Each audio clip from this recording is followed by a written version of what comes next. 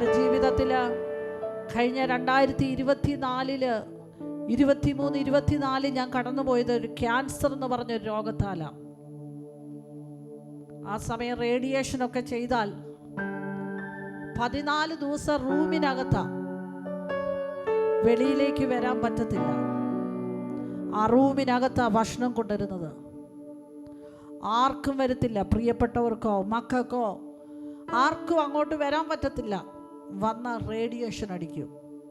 പക്ഷേ എൻ്റെ അടുക്കൽ ഇറങ്ങി വന്ന ഒരാളുണ്ട്, അത് യേശുവാണ്. യേശുവിൻ്റെ മഹത്വമാണ്. യേശുവിൻ്റെ മഹത്വം എൻ്റെ മേൽ ഉണ്ടായിരുന്നതുകൊണ്ട് സാധാരണ ഒരു ക്യാൻസർ വന്ന ഒരു വ്യക്തിക്ക് കീമോ ചെയ്താൽ, റേഡിയേഷൻ ചെയ്താൽ ആദ്യം വരുന്ന ഡിപ്രഷനാണ്.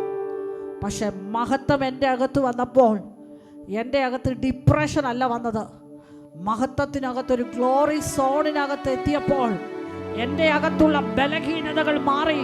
എൻ്റെ അകത്ത് ദൈവത്തിൻ്റെ ബലം എന്നെ ധരിപ്പിച്ചു.